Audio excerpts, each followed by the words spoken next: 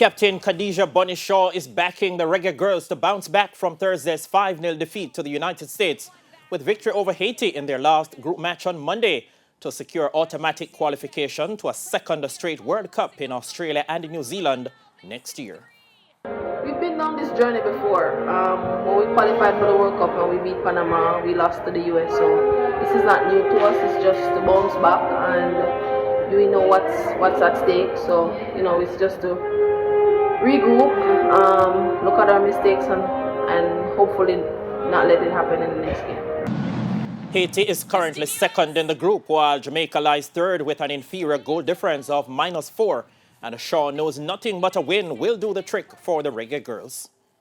Every game you go out, you want to win. It's not about draw or whatever. Every game you go out, you want to win. Of course, we drew the last game, but that was not our aim. We wanted to win games, and that's what the standard should be. So I think, like I said, the next game we look forward to it, and I think it's going to be a big test for us. And I think, like I said, if we do what we know we can do best, we should get the job done.